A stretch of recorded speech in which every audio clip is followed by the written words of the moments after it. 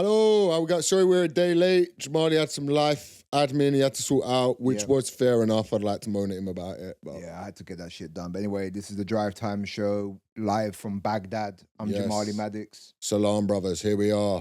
Yes. We're in. How you doing? I was good till I got here, and you're... Why? Because you're fucking miserable. Yeah, I'm in a bad mood. I'm in a foul... Let's just say I've taken it out on all of my loved ones. Yeah. Yeah, I'm in a foul fucking mood. Why? Do you know what it is? I think it's... I apologize to you. I just feel like I'm a bit stressed. I've got a lot going on. And I don't know, I just woke up. You know, you ever just wake up foul? I think it's all the gear I'm on. Yeah, what? I'm in some proper gear. What gear are you on? Oh, mate, I'm on all sorts. You got to say, because my listeners will think you mean Coke. No, not Coke. But I'm just on stuff, and I don't know, I just woke up and I was just in a fucking foul mood, man. Yeah. Woke up, I just read some hate comments. Oh, yeah. Yeah, just woke up. I was watching some fucking people raising flags, and it was just getting on me, man. Oh, yeah, we've had a few hate comments this week. We've been watching... Do you know what? Yeah, the best hate comment I saw is last week, when we posted the Benidorm video, there was a guy, and he was like, you're taking the piss out of the working class white, but you want to take the piss out of no one else. Then we did the Jamaican... He specifically said, bet you wouldn't do a Jamaican or African accent, and I was like...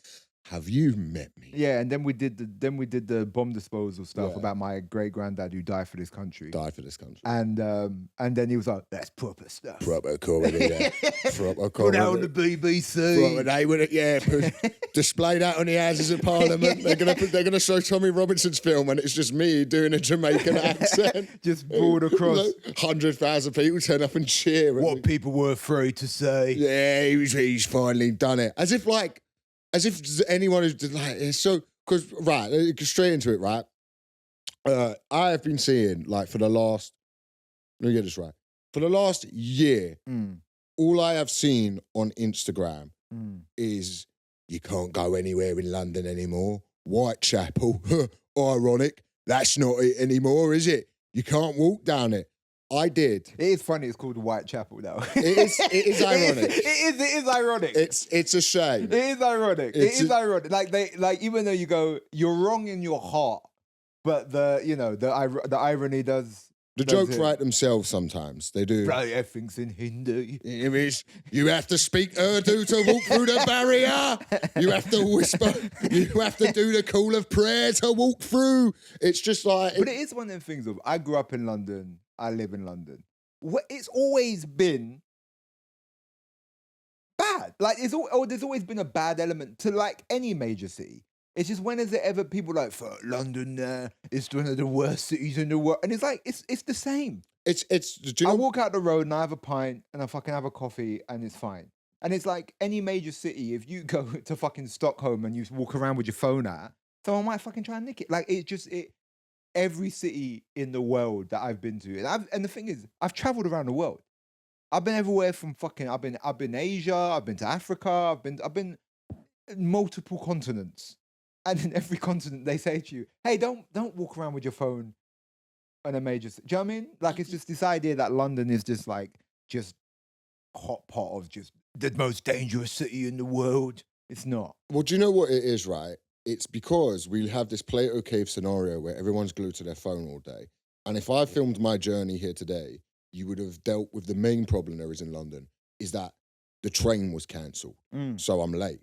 That's the main, but that doesn't make for an exciting reel. So what happens is there's a few reels a day because there's a city of 9 million people where something chaotic happens on a train at some point. Someone films it, puts it online. And you see that and your brain registers that the same way as if you were actually there witnessing it. Yeah. So you then go, oh, it's not safe. Look, it's not safe. And it's fine. I did like a they-them gig in Whitechapel the other night, like opposite the station, after I saw this GB News thing of, you go to Whitechapel, there's no pubs.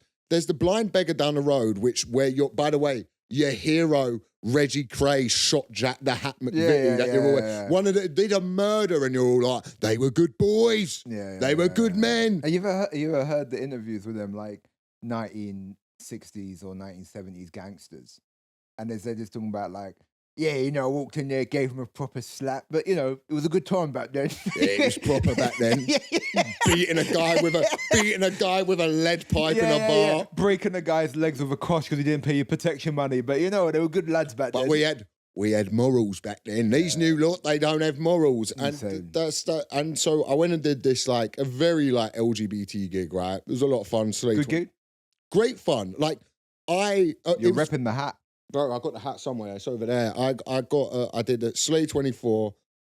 It's a lot of fun. Everyone in there. It was funny. Every time they did a bit of crowd work, someone was a polyamorous Christmas tree or whatever. It's funny. Like, so what? Let them fucking, you know? I don't care. Yeah, who gives a shit? It was just. Come on, we're good lads. Who gives it? Come on, that's as liberal as we get. Yeah, who cares? Yeah, all right. Yeah, because this is the thing. Like, I don't like the right wing sentiment of, well, you can't go anywhere but anymore. Then it's like, but don't go to that gig. Do you know? It's like, it's one of them things where it's like a lot of these things that exist. If you don't go to the place, it's like, oh, I don't want to hang out with Muslims. Then don't go to the mosque. Like, you know what I mean? Like, why'd you give? There is. Do you know what? Do you know what I'm really? Do you know what has been lost in England? Mind your fucking business. This idea of like, you know, what they're doing in that building is none. I don't care what they're doing in a pub attic at a gig. If a bunch of polyamorous sex workers want to fucking hang out in that was this gig. Yeah, but if that's what they want to do, like, it's just like, if I wasn't at the gig. Yeah. So what's that got to do with my life? No. I totally agree. Here's what we've lost in this country, right? And it's British values. And let me explain what I mean by British values. Here's what British values are, right? I don't like my neighbour, but I'm polite to them. Yeah. Right? I bet my neighbours are lovely, lovely people, but I despise them for the fact that they're next door to me. Me and my neighbours, and it's been a run-in on my Instagram, if there's any Instagram fans out there. They have any fans of Instagram? Any fans of Instagram? There's any crossover of people who use Instagram? Anyone on Instagram, give us a cheer. Yeah. So there's literally like, when you look out my window, so I'm on a flat, right? And there's a flat above me and a flat below me. It's like an old converted house, right? And there's sort of like a side flat, and they've got a little patio. Come summertime, there's a little patio. They fit like 30 fucking people on this patio. And I can't have my windows up, and they're playing the worst fucking music. And I am in a cold war with them. They start playing their shit music. I get my record player. I put it to the window. I start playing fucking my stuff, you know. And we have a fucking cold war. But you know what I do, Elliot? When there's a buzzer and they say, hey, there's a package for flat 2A, I take that package. I wouldn't. I take that package in, and I put that package in a safe place, and they do the same for me. Because you know what? That's fucking British values, bro. Yeah, my neighbour's some crazy Irish lady who's now got dementia, and she comes. At least she won't remember why she hates you. No.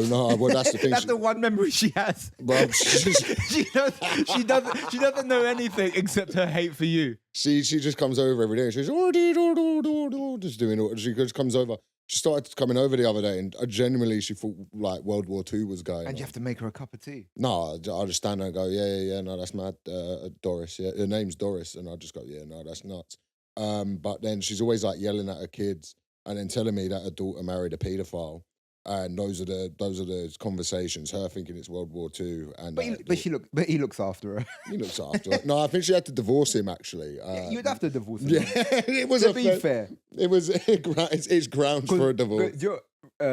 Divorces take a long time, but even the judge would go, "We'll get this done today." Yeah, it's like fast track at Court Park. Yeah. He's a nonce. We'll sort this out for you, love. Don't worry. But yeah, I did that Slay 24 gig. It was a lot of fun. It was funny, like, because it was funny doing it in Whitechapel, where it's like meant to be this Islamic stronghold of Sharia. Nobody can. And then there's this like gay gig going, like everyone was like queer and poly and all this stuff, and like which was like in a pub. And then I was chatting to the Muslim there was a Muslim preacher in the station, and I was having a chat with him for a little bit, and he was cool. And it was just like a bunch of people getting on with their days, and exactly what a city is. Of people, because everyone thinks like there's this other like liberal thing of like it's a massive melting pot. It isn't. It's a bunch of people doing their thing in around each other. It's not like we all came out afterwards and we all danced together in the street and they're teaching us like these Asian dance moves and we're teaching them the YMCA. It was just like a bunch of people getting a conga line guy. But none of the Muslim lads will touch the women. So they're just not dancing. Just a lot of dudes hands. So, and it's just this thing that exists, and it's like people want to put it one or two ways. They want to put it that you can't go here and you can't. And no, it's amazing. Everyone gets together and it's so conducive and it teaches us love. And it's like anything in life. It's just a bunch of people going about their day who aren't bothering each other. Yeah. And that's as much as you can hope for. That's as best. That's all you want in life. And there's just this argument that you can't go to certain bits of London. And then they'll show it's like West Croydon. And as someone who comes from Fulton Heath next to West Croydon, if you've gone to West Croydon, you fucked up. You fucked up. You don't want to go there. It's rough. Yeah. That's not where you should be. If you're hanging out in West Croydon and something happens, that's on you. You went to West Croydon. People told you, don't go there. When was it ever nice? Never. West Croydon, it's a fucking dive. And it's not just it's like... I don't think I've ever been West Croydon. No, there's no... I put it up there as one of the craziest Are we bits. gonna do that for the Patreon vlog? I'll take you West Croydon. We're gonna go there for the Patreon. I'll take you West Croydon. It's like, you know what people say about Brixton Station, where you come out of Brixton and it's just chaos? Yeah. But like, there's a kind of friendliness to the chaos. Yeah. There's a kind of like, it's chaotic, but it's not going to bother you. Yeah. No, West Croydon, they'll bother you. They'll bother you. They'll bother you. They're going to bother you. They're going to bother you. You're going to get screamed at in 7 different languages, and you've got to work out which one you want to deal with first. Yeah. And let me tell you, you're going to make the wrong choice. Yeah, of course. Yeah. You went Arab. You're an Arabic, mate. Oh, no. You should have gone Somali and got them on side. Yeah, man. No, you silly boy. But yeah, there's just this whole... I watched this reel of these GB News people. You can't go to Whitechapel anymore. And there's no pubs. Then I walk out the street. There's like 5 fucking pubs on the road. Got Wetherspoons there now. Probably. There's a Wetherspoons everywhere. And you just walk round the corner and it's fine. And then it's perfect. You go to a pub, you have a few drinks. Then there's chicken shops and places to get a curry. Yeah. What are you moaning about? Yeah. Like, the fuck, man? And there's also the idea that, we all left, or I live in Colchester now because, it was getting too brand. And you go, no, it's because you were able to sell your house you bought for a penny for hundreds of thousands of pounds. Yeah, and then it was like, and then you could get a bigger house somewhere else. Like, that's not... And now you move to Colchester and overcompensate about London. It's like people who live in St Albans and all they want to tell you, it's 30 minutes to King's Cross, but my rent isn't London prices. Cool, what a fucking fantastic... You live there. You live there, you fucking imbecile. Nah, it just does my head in. Like, travel, and this is for... I know there's people who listen to this who don't live in London, but just this way everyone is... You better not be. Yeah. This is London only. Yeah, we're a London pod, bruh. Now we're going to do a whole rant about London Underground. Yeah. All right? Yeah, that thing where Northerners do that thing where you go like, I had to wait 7 minutes for the tube the other day. Bloody hell, 7 minutes? I'll have to wait 3 weeks for me to get a bus. Just shut the fuck up. They gotta wait for 3 weeks. I live in a city of 9 million people. There's 800 people where you live. Bruv. Shut the fuck up. They had to learn from Mongolians how to make food that lasts forever. Pret a manger. I can't do a northern accent, so you're just going to have to bear with me. We just want bloody Greggs. We just want to go... I cannot do... For some reason, I can't do northern. Yeah, I can't do I can't do northern. And nor would I want to. I lived up north too. Did you? I lived in Manchester. All right, way up, mate. That's not proper north. Proper north. There's a Pret a Manger there. Might as well be South Bank. That's it. Yeah. That's them. No, I lived in Manchester for a year. Yeah. Yeah, I went I say I went uni. I was signed up to a uni. I forget that you went uni. Twice. What did you study? I got kicked out the first time. How'd you get kicked out I of uni? got kicked out the worst university in England. Because what happened was so basically I went London Met, and London Met, the year I got kicked out, got hit with a scandal where basically they were giving out fake visas. And so that's insane. Yeah, so it basically like just plummeted them to the bottom of the, like the tally of Oh best my unis. God, I remember this. Yeah, so and then they kicked me out, and I remember I went in because my mum was like, "Listen, you go uni or you got to get a fucking real job," and I was like, "Oh, fucking do that shit."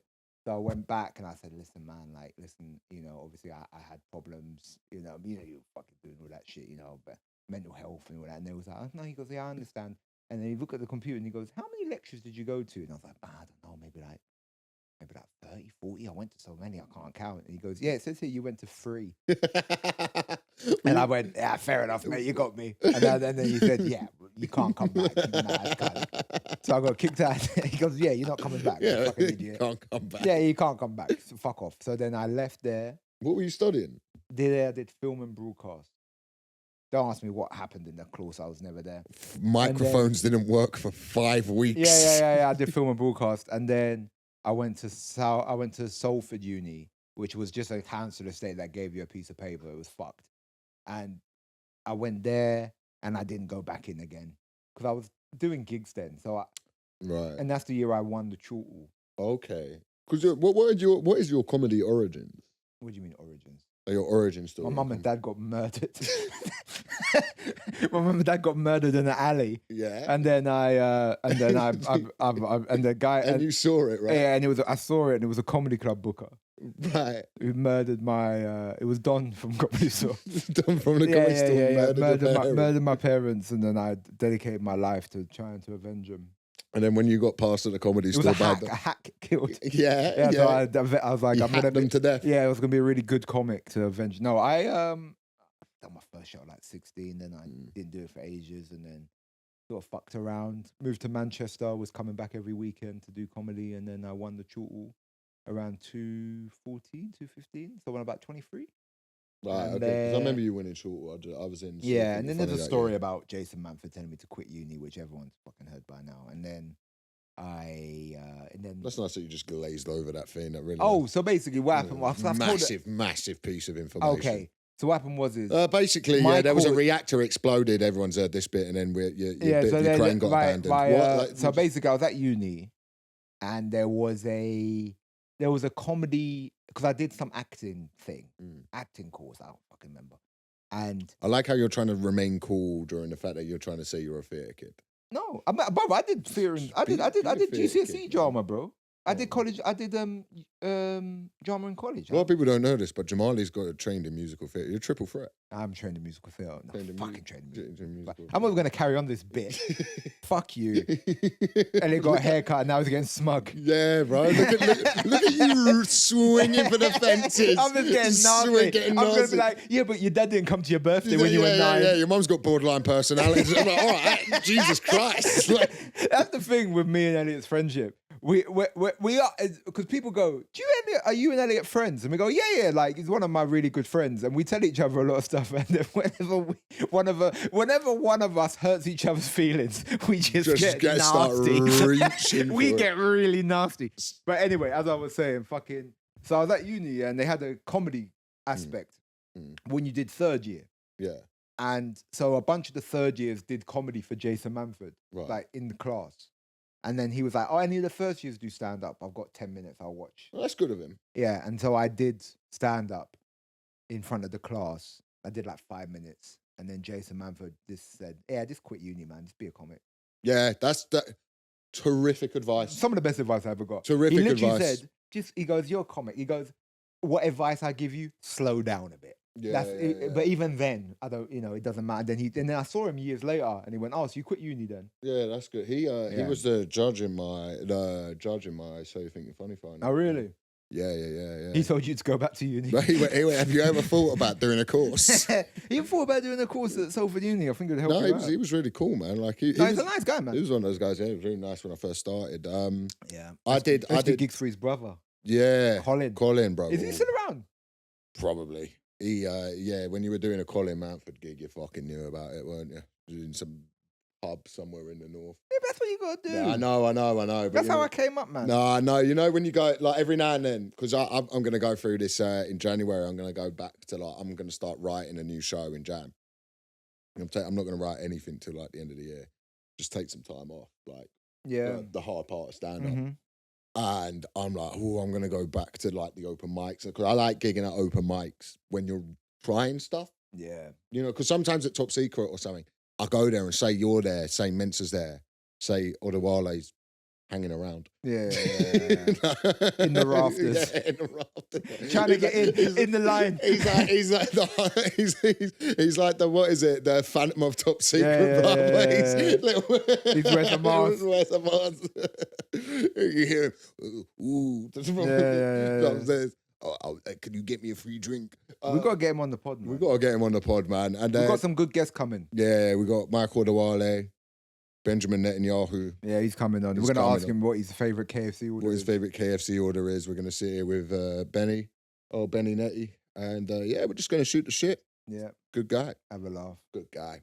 And then, no, I did 2 plays in school. Have I ever told you this story? Did you do acting in school? I did a BTEC in performing arts. My school was technically a performing arts school. Did you go to college? I went 6th form. You went 6th form? I was kicked out, yeah. You were a 6th form guy? My school just said to me that I applied for 6th form and my school just said, what you did? No, I went to a good, the 6th form I went to, I went to things. They kicked me out. They blocked me on Twitter because every year after that, I'd send them abuse all the time. But Harris Academy, Crystal Palace, and then I was, and rightfully so. Like looking back on it, your teacher came to your Leicester Square. Yeah, Miss Gatty. Yeah, she was really cool. She was kind of like all the people that came to Elliot's Leicester Square gig. They had a little treat at the top, innit? Yeah, there's a little treat. Yeah, you going out? Yeah, and underrunning.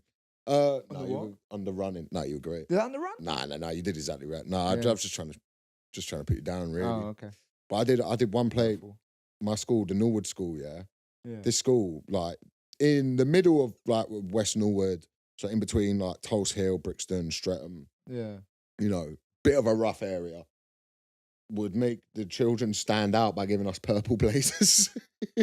There was a school like that in my area where they had to have the purple. Yeah. Bro, oh my God. Because it was like there was a school near my school which was like the bad school. Because my school was alright actually, but there was a bad school. Oh, is this the one where everyone gets kicked out? They get sent there. Yeah. Oh, ours was called Centre. Yeah. You went Centre across Norwood Park. Well, there was another school where if you were bad, they would send you there. And that wasn't a bad school. They had brown blazers, but the school that was bad, they made them have these bright purple blazers. Oh, bro. Because it was like they wanted to identify them. Because there was like a couple schools near my school. They wanted to identify you being from that school. Right. So it was like, they were like, some kids were nicking from the shop. What colour were their blazers? Oh, purple. Yeah. Mine were navy blue. There was like 6 schools. Is that like the same way you see in comments right now where people are like, what race? When someone writes a story, they did it right there. Purple blazer again. Let me guess another engineer in a purple blazer. Yeah. No, so we had to do so in our Grok. Yeah. Grok. What blazer? What blazer, Grok? Yeah, bro. The fucking Elon Musk going on Rogan. There's towns in England full of kids in purple blazers. So we had to do this play, but they split all the boys up. Because there was only like 5 boys in the performing arts class. And it was like class like 30, 40 odd. It was only like, and we were. So you picked acting? Yeah. I wanted to do performing arts. And we had to do a 25-minute play with 2 dance numbers, 3 songs, and we had to write it ourselves, right? No. And they split all the... And was it about knife crime? Pregnancy? Okay, go. Have I never told you this story? No. This is kind of mad, isn't it, right? So they split us all up and they put me in this group with these girls. And the girls, like, want to do this serious, hard-hitting play. They split the boys up because they went, you guys will write a comedy. As if that's a bad thing. Yeah. You know, because we can't have comedy. So they split us up. I'm in this group with these girls and they start writing this play, right? And I'm like, please don't do this. And the players, we've all just gone to uni. A few of us start dating. And then I start dating this girl and this one girl gets jealous and accuses me of rape. Fucking hell. What the fuck is the matter with you? What the fuck is the matter with you? What the fuck is the matter with you, I didn't write it. You were in a play. What the fuck? And it's like, was it like open-ended? Like you don't know if they did it or no, it's very clear. So then it comes out that I didn't. It comes out I didn't rape her, and then she kills herself, and then I sing "Fix You" by Coldplay. Fuck. Right now, Elliot. Jamali. The week before the play, a kid from my school kills himself. Oh no! So, you didn't have to say dedicated to Ryan. No. So I'm like to the head of performing arts. I'm like, please don't let us do the play. Just give us a pass. Just give us we can't do this play. And this old school never came an actor theatre. The play must go on. Sometimes plays are dealing with heavy topics, and it's like, we're 15. Yeah, we're 15. We are not the way we show the suicide is she screams and we chuck a chair across the stage to show that she's hung herself. And then so like a bunch of teachers and like staff from the school come down to watch the play, and we do it. I have never, not even bombed. Yeah. Looks of horror. Yeah. Horror. As we're doing this play, the suicide happens, and then I come out and lights will guide you home. And I Was will your mum and dad there? No, I said to my dad, I said, you can't come to this. My dad wanted to come. I told him what was going on. He went, I can't watch this. I did. Had to walk out past the memorial for the kid after just doing that. It was fucking insane. For our final year performance, I wrote a monologue about knife crime. I stabbed someone, but it was the wrong guy. All that fucking bollocks, man. We did one in year 9, where we did it at South Bank Centre called, I don't know what it was called, but it was like some local guy, some local theatre, they were doing some thing. We had to perform at the South Bank Centre, which is a big, Royal Festival Hall, like in some bit. Yeah. And there was a scene where I got stabbed to death, and then I lost my child, and then there was another scene where my son, which didn't make any sense because I played the dad. They made me play the dad, and then I had 2 black sons, which was never addressed. It was like, well, surely somebody else might. Like in Me, Myself, and Irene. Yeah. Like somebody. It's not. Maybe there's something to it. It's a niche reference.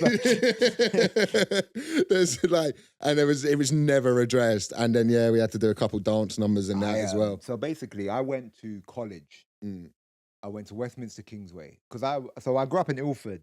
But I wanted to do acting, but I didn't want to go to college near where I grew up because I kind of knew I would be around all my friends and I wouldn't do work. And also because I didn't want to act in front of my friends.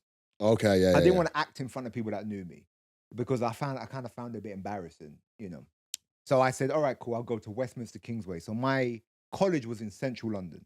So when we first get there, so we had this little building. It was by Warren Street. It was like a little building, and it was only music students, musical theatre, acting. It was like everyone there was doing some type of. So acting in front of them was whatever, right? Then they say we're shutting down this and we're moving it to the bigger one. And where the college was in central London, you had all of the guys from South London, West London, North London, East London, everyone there. And we had to do these plays, and they built this theatre and whatever. Brother, when I tell you, they would come to the plays and just heckle. They would come to the plays and just heckle you like, no, fam, what? Blah, blah, no, you gay, fam. He's trying to do Shakespeare, bro. Yeah, He's trying to, man thinks he's Hamlet, Yeah, bro, that's what they would say to you and shit. They'll be like, thou shall what, bro? Thou shall what, bruv? And they would just scream like the whole play. And we would tell our teacher, because we had to do 2. He's trading his kingdom for a horse, bruv. They would make us do a matinee.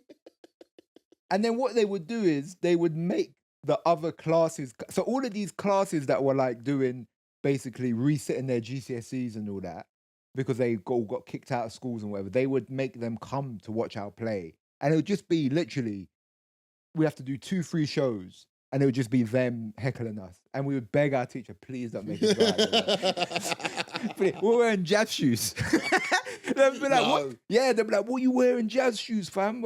Bro, and they would just fucking heckle us constantly, man. There is nothing funnier to me, because where I live, like Brit School's like a 10-minute walk from me. Yeah. So I wanted to go to Brit School, but I never got in. And Did you audition? Yeah, I went to the open day. What'd you do? A 5-minute? I don't know. I thought my dad would fucking pull some strings, but here we are. I couldn't get me in. But no, That Radio 4. Well, that radio, yeah. Come on, yeah.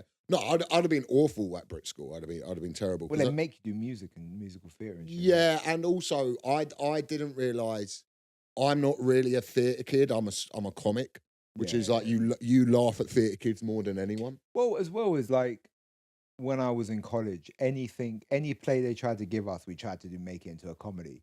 And the teacher would be like, this is a death, like you can't make this funny. It's about child loss. Yeah. And I'm just trying to find a punchline. Yeah. You're just hitting. Yeah. Oh my god, bro! I got to tell you about this right at the gig on Friday. So Dom and Kieran are emceeing, both they're very good at it, right? And big up Dom. They're fucking class, right? He done the OnlyFans gig that I judged. He's really funny. Like they're both really good, right? And then they get to chatting to this woman in the front row who polyamorous, all that stuff, and she's a student. They're like, "What do you do?" She's like, "Oh, I'm studying it. I'm second year experimental theatre," right? So they start going into it a little bit. They're like taking a piss, getting some laughs, and they go, "Oh, what's the most experimental like bit of theatre you've done?" And she's like, "Oh, I did this piece.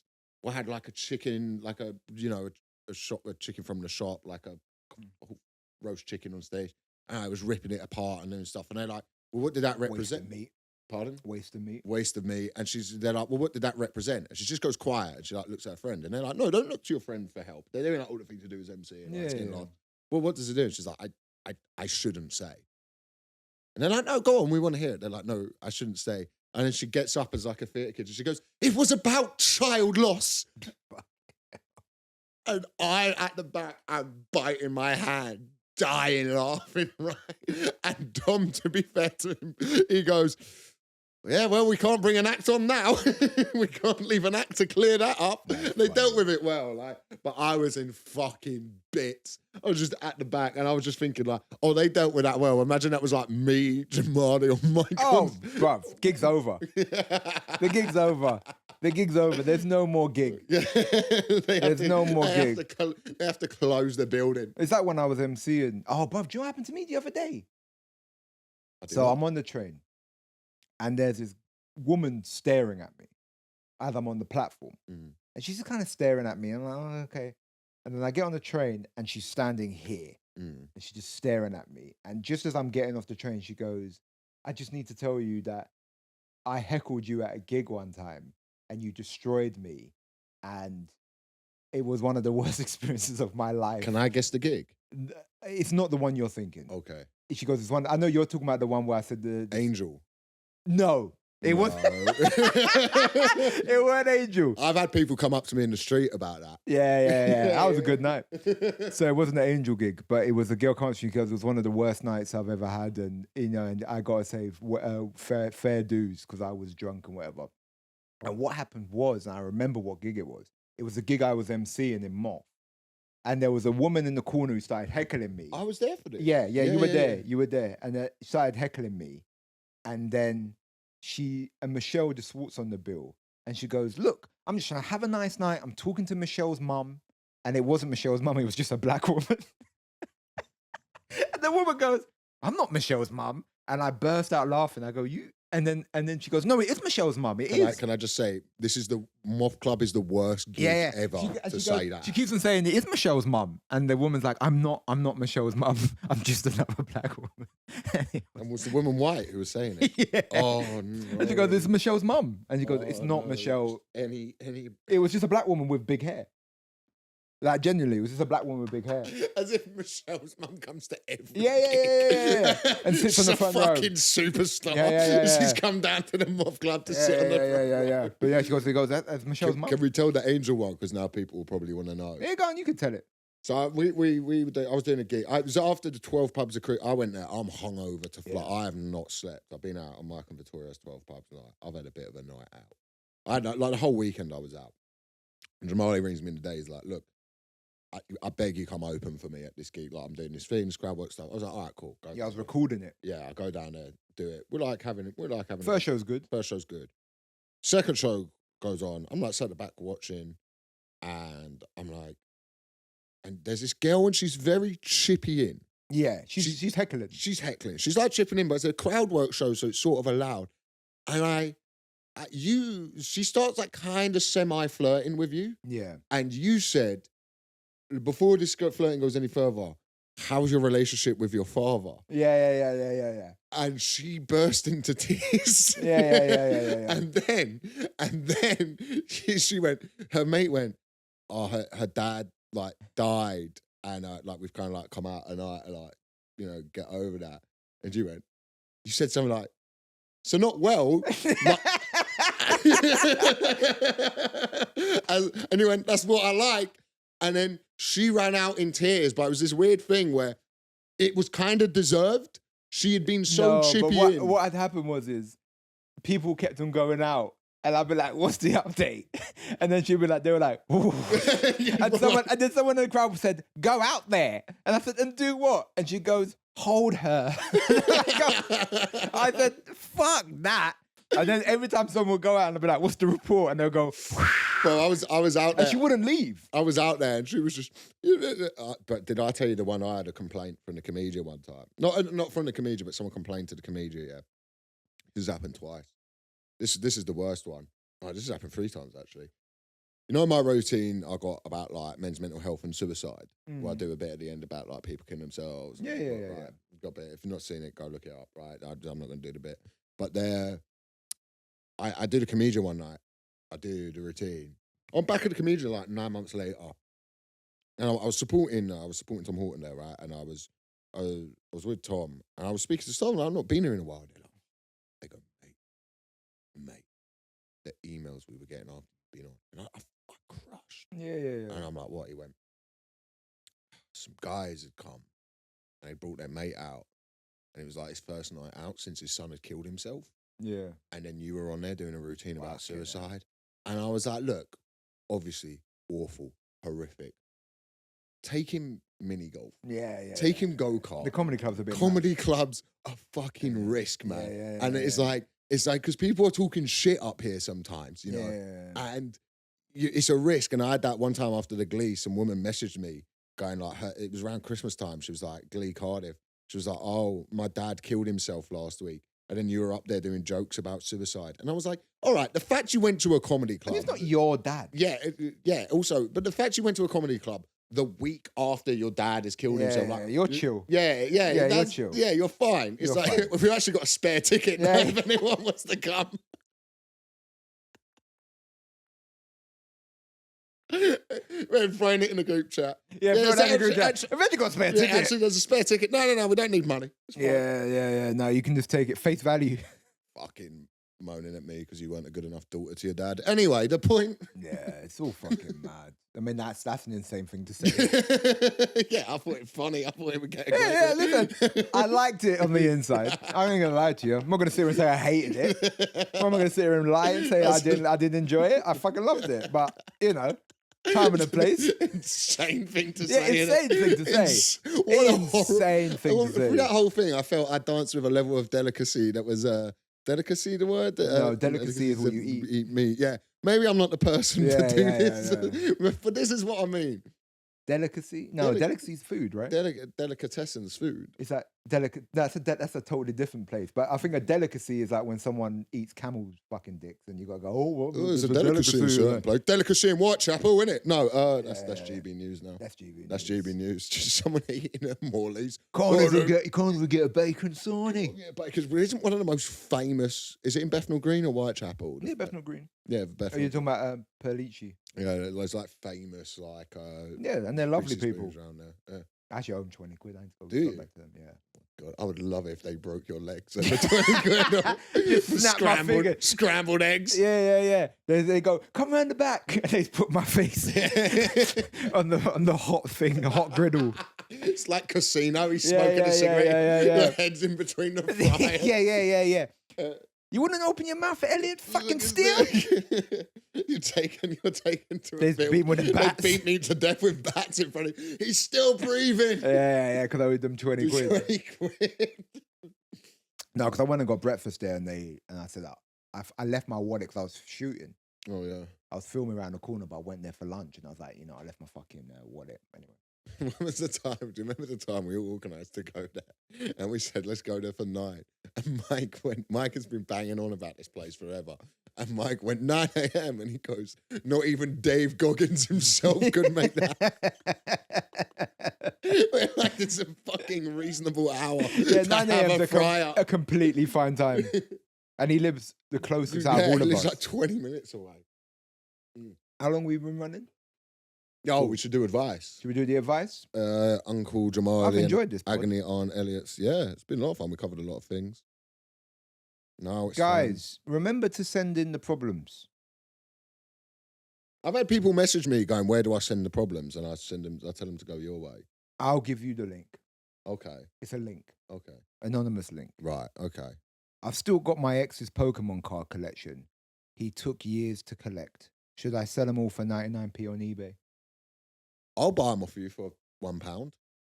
What do you think she should do? I think she should send them to me. You think she should sell them to you? Yeah. Hit me up. I I'll think buy it's them. one of them things of Fuck it. your ex. How long do you have to, how long is someone's stuff in your house where it just becomes your stuff after you've broken up?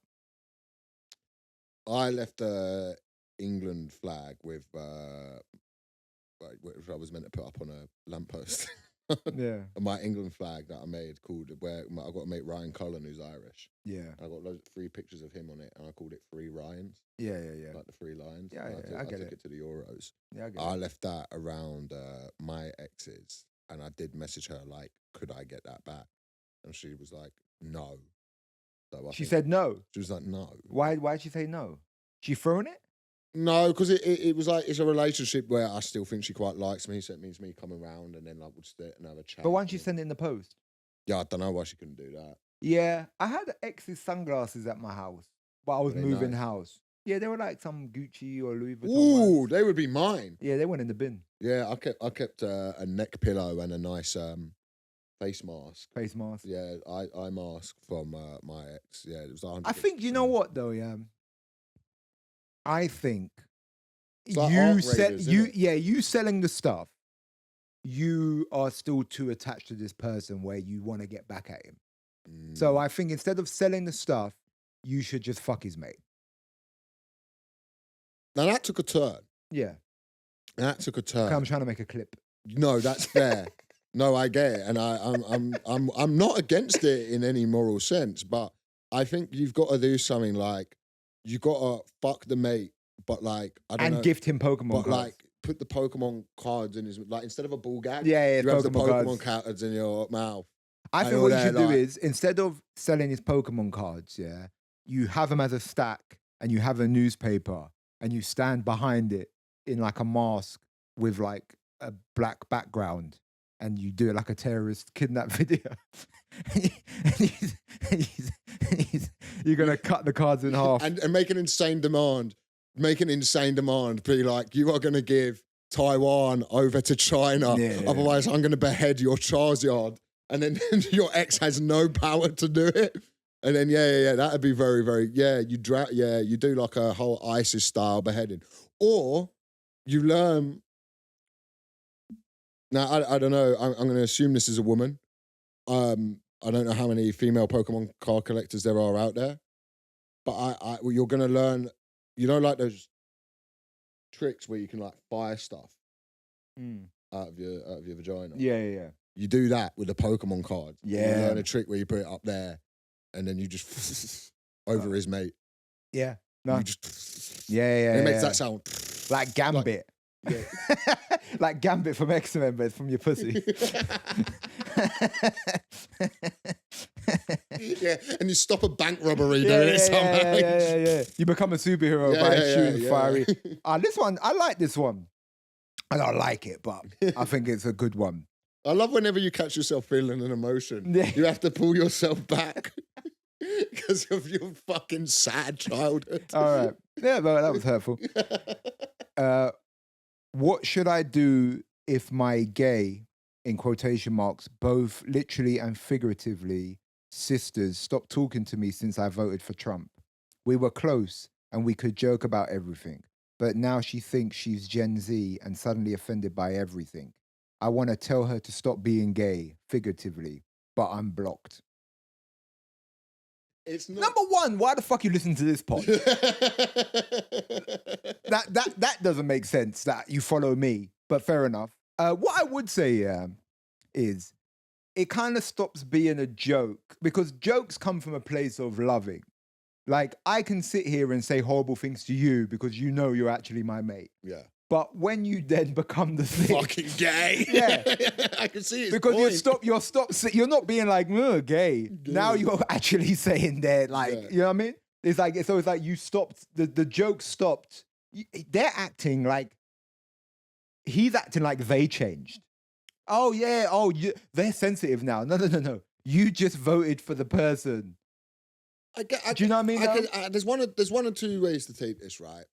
And I think you're spot on. I think you're being gay. You are being gay. Yeah. You are being gay. I think you're being gay. But I can't make a joke. Stop being gay. But it's like, it is the thing of like, it's funny when I pretend to be reform because I'm not. Yeah. So it's funny to pretend to have those ideas. Yeah. And subvert them and trust the audience, trust you to get that you're joking. Yeah.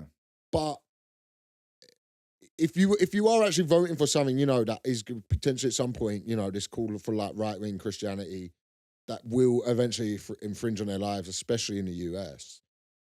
That said, you have a two-party system and the guy is allowed to vote for who he wants to vote for.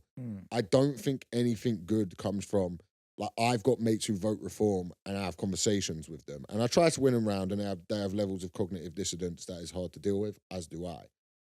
But to then, like, look at someone, like, there's this liberal thing people do where they go, how could you do that? Fuck you. And sometimes people aren't voting for Trump because of, they don't buy into the, like, I voted for Corbyn, but I don't buy into the whole, he would save everything, he would save everyone. I don't buy into that. I'm like, I'm voting for this guy because I like some of his ideas. This guy could be voting for Trump because Trump wants to cut tax on overtime for workers. There are reasons to vote for him economically. That said, I think if you've got liberal, gay sisters, sometimes, man, you just don't bring up who you vote for around people. It's a touchy subject. You know, don't bring that shit up. Like, people talk about who they vote for way too fucking liberally, I think. Like, I would never say who I vote for. Like, I'll say Corbyn now, because that was years ago.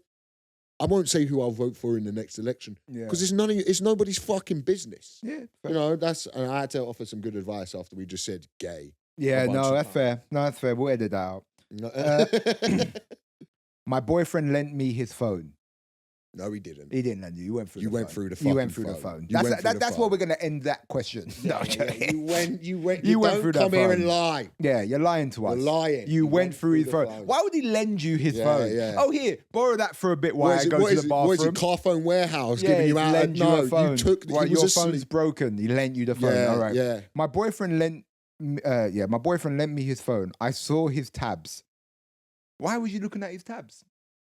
Who knows? It was an accident, I swear, in quotation marks, which were on Andrew Tate level incel stuff. Oh, fuck. All right. That took a turn. Maybe, check his phone. Check his phone. Check his phone. Check his phone. Check his hard drives. No, you've done the right thing. Level shit. He's nothing like that in reality and normally really sweet with my mum and little sister. Should I confront him about it or just ghost him? I mean, this is the thing. I've looked up some far right shit before because I was interested in what they were saying. Like, I've gone like, what the fuck is this? But do you really tabs? Why you got tabs of it? Yeah, but it might have a tab. You're just clicking links and then it takes you somewhere else. But you got to then go back and delete the tabs. It just sounds like to me this woman doesn't want to date a real hustling, money making top G, and she's not ready for a high value male. So here's my advice to you, love. You're gonna go to the bookstore. You're gonna meet a performative man. You're going to go drink your soya lattes together or whatever it is and eat tofu. And you need to leave this king to get the high value women. Yeah, the problem is that people are going to see that clip and think you actually believe that. Let me make very clear. This is a satirical rant. Yeah. Satirical rant. And I fear for your safety. Mate, I think you should ask him and ask him why he was looking at that stuff. You know, just say like, "Hey, I was," or just bring up a conversation about Andrew Tate or something like that. because this is how people who like Andrew Tate and stuff like that, they always bring it in of one or two ways. Is they always go, yeah, you know, he says some crazy stuff, but you know, he does have some good points here and there. Yeah. And I think you should go into that. I think like it comes back to what I was saying about like everyone's on their phone now. I noticed this with a lot of red pill stuff. I've looked at a fair bit of it. I think it's the lamest shit in the world. Mm. And you had the best point I've ever heard on it, actually.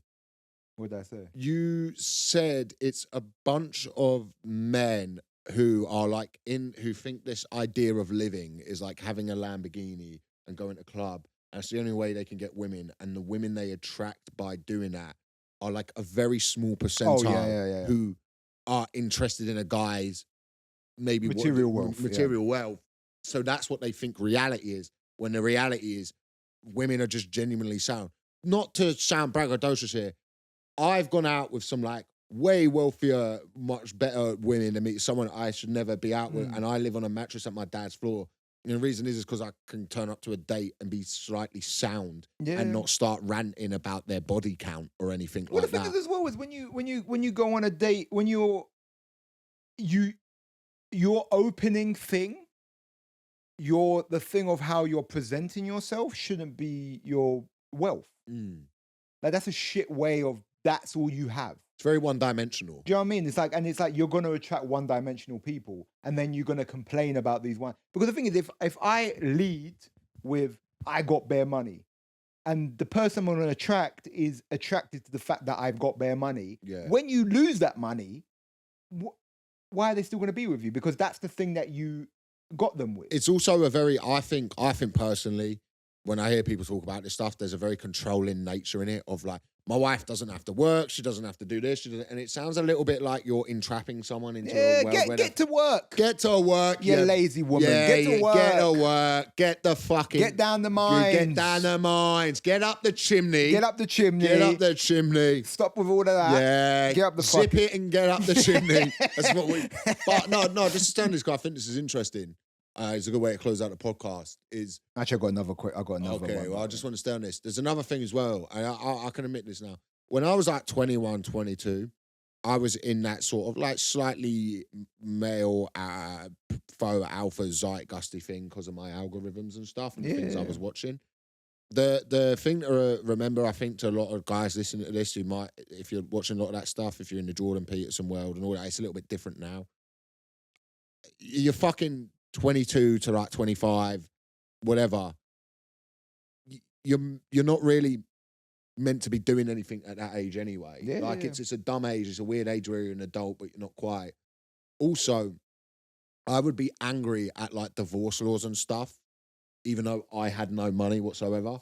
I had nothing worth taking. I slept on a single mattress on the floor at my dad's. And listen, I've done all right now. I now sleep on a double mattress at my dad's. Oh, all right. Fucking hell, all right. Do you have a bed frame or do you have a double mattress? Nah, bro, I'm on the floor. Oh, yes, you're on the floor. I'm minimalist.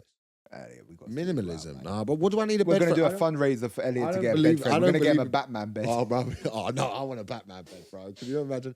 Bro, imagine we did that. There's like, we did it at Leicester Square Theatre before that. There's like a thing to help like the floods in Pakistan. And then there's me, because I want a Batman bed frame. You want a Batman bed. And we get like, the one before is like a good lineup, but on my one we get like McIntyre. Yeah. We get Lee Evans out. We get heavy hitters. Mickey we get Flanagan. some fucking heavy boys coming through to get Elliot a Batman bed. We got to get you off a mattress, man. Nah, but I love We need to sort out the Patreon. We need to get Elliot off the fucking mattress. All right, this is the last one we're going to do, and then we're going to wrap up the pod. This is a bit of a fun one. Scratch my dad's car while he's on vacation. Coming back in a couple weeks. What should I do? Blame the fucking neighbor. No, bro. Blame the neighbor. Here's what you got to do. Cry. Use tears. Blame the neighbor. Or just, or go, fucking fix the car, you fucking fuck. You gotta find whatever group of people. And it doesn't have to be, you could find, like, say your dad's Republican. Yeah. You gotta go some Democrat. Yeah. Some lib. Yeah. You know what they're like. They don't know how to drive. They don't know how to drive. They don't know how to drive. Now, I'm using the word Democrat. Yeah. But you use whatever word gets you out of this situation. You out of that situation. Whatever you Get go, you out of whatever. that situation. Liberal, if your dad's a lefty, some Republican in his truck. Yeah, you know what they're like. But you know what they're like. They don't Yeah. know how to drive. Now you replace the word I've used. Yeah, with whatever he hates. With whatever you like. Yeah. But understand, this is how ethno-nationalism starts if you take it a certain way. And then, do you know what? And just know he's going to bring it up at the barbecue. He's going to bring it up in front of your friends. And you've just got to accept, you know what? This is the choice I made.